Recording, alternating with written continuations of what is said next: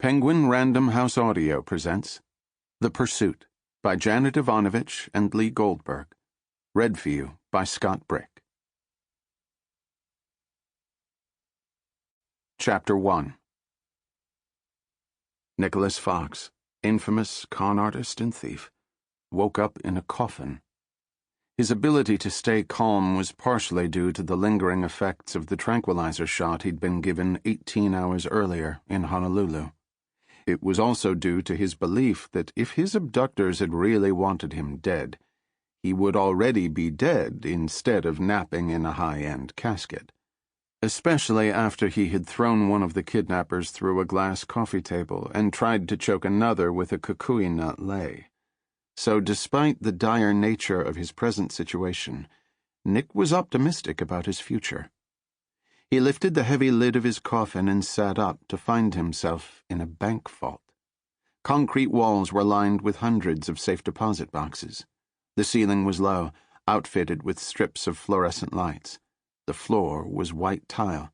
A 12-inch thick steel door was ajar, as was an iron-barred gate that opened into the vault.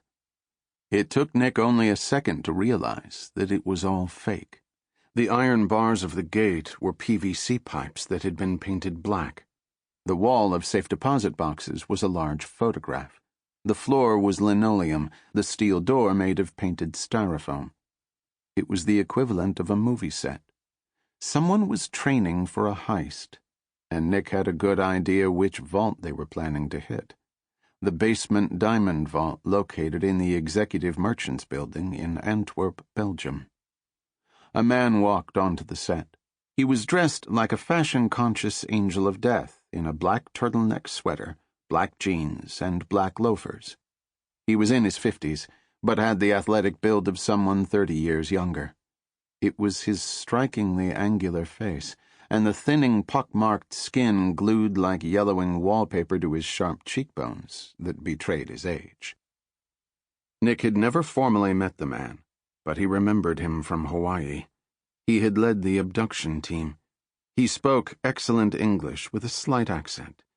Nick knew he was Balkan. The man tossed Nick a cold bottle of mineral water. Nick caught the bottle and noted that it was Valver, a Belgian brand. Nick was pretty certain he wasn't in Hawaii anymore. "How are you feeling?" the man asked. Nick took a long drink before he replied. "I suppose traveling to Belgium in a coffin is better than flying coach these days. At least I was able to lie flat. And sleep like the dead." "The afterlife looks surprisingly like the diamond vault in the Executive Merchants Building in Antwerp," Nick said. "You're very good. I'm assuming that's why I'm here and not buried in this coffin." "For the time being," the man said. FBI Special Agent Kate O'Hare closed and locked the door on the high-end Oahu beach house. Her maverick partner Nick Fox had rented the house, and last night he'd disappeared. His red Ferrari was still parked in the driveway. His blood was also left behind. Okay, maybe it wasn't his blood, but it was someone's blood, and the blood trail led to the front door. Not such a shocker, since a lot of people probably wanted to kill Fox. He was a world-class thief, con man, and an international fugitive. For the past couple years, he'd been secretly working with Kate to take down bad guys that the FBI couldn't touch. Not that he was doing it out of the goodness of his heart. It was either help the feds or go to jail for a very long time. And lucky me, Kate thought. I got stuck with him.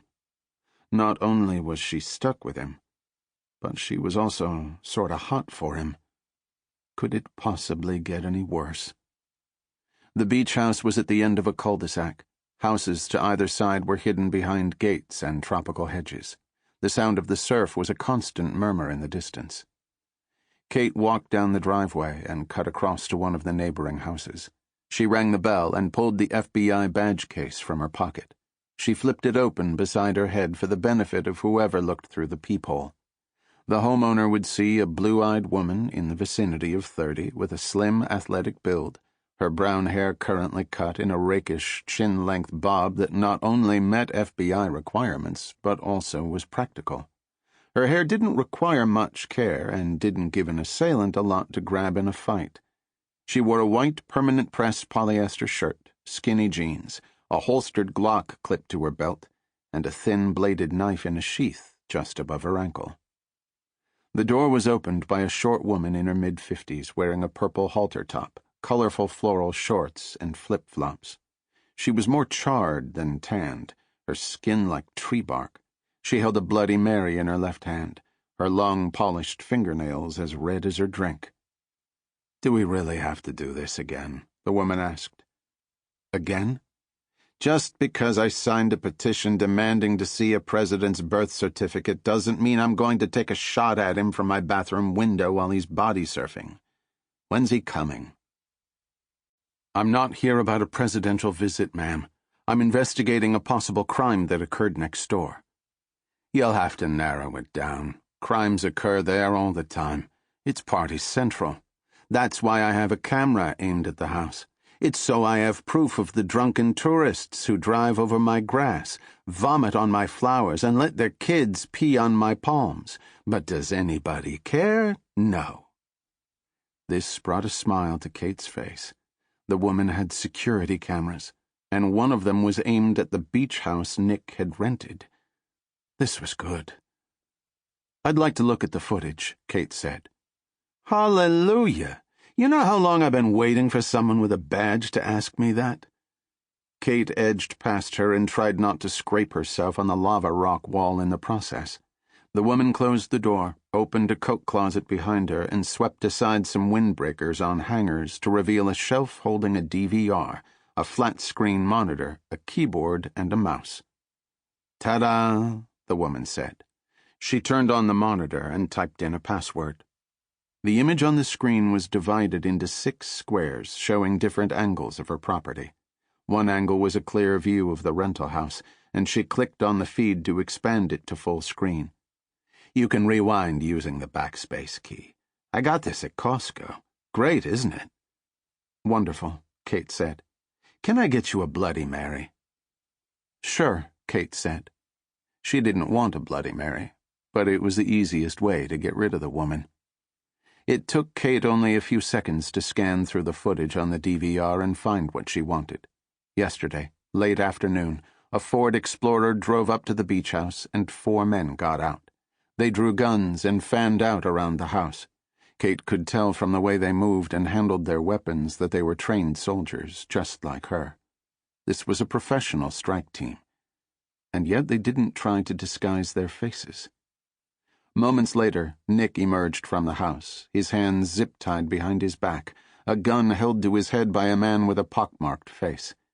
Nick was 6 feet tall, brown-haired and brown-eyed, and even now, in this dangerous situation, he moved with the relaxed grace of a man confident in his ability to take care of himself. She was relieved to see that Nick was alive and uninjured, but she still felt a pang of anxiety in her chest. He was far from safe. Behind Nick and his captor, 2 other men carried out a 3rd man who was covered with blood, his clothes shredded. A glass coffee table had been shattered in Nick's rented house. She suspected this bloody guy was the unfortunate missile that had destroyed the coffee table. The pockmarked man shoved Nick into the back seat of the Explorer while the 2 other men opened the rear door, hefted their injured comrade inside like a sandbag, and slammed the door closed. The men piled into the car and drove away, giving Kate a good view of the license plate. That sloppiness intrigued her. The woman returned with a fresh drink in each hand and held one out to Kate. Kate's drink had a big pineapple wedge on the rim. "Here's your Bloody Mary." "Sorry, I have to pass. I can't drink on the job." Kate unplugged the DVR and tucked it under one arm. The last thing she wanted was new footage of Nick Fox, one of the FBI's 10 most wanted fugitives floating around. "I'm going to need to take this with me as evidence. Is that okay with you?" "Be my guest." "It might be a while before you get it back. In the meantime, I'll have a forceful talk with the owners of the rental house about taking responsibility for the bad behavior of their tenants." She'd also returned to the beach house later tonight. Sample complete. Ready to continue?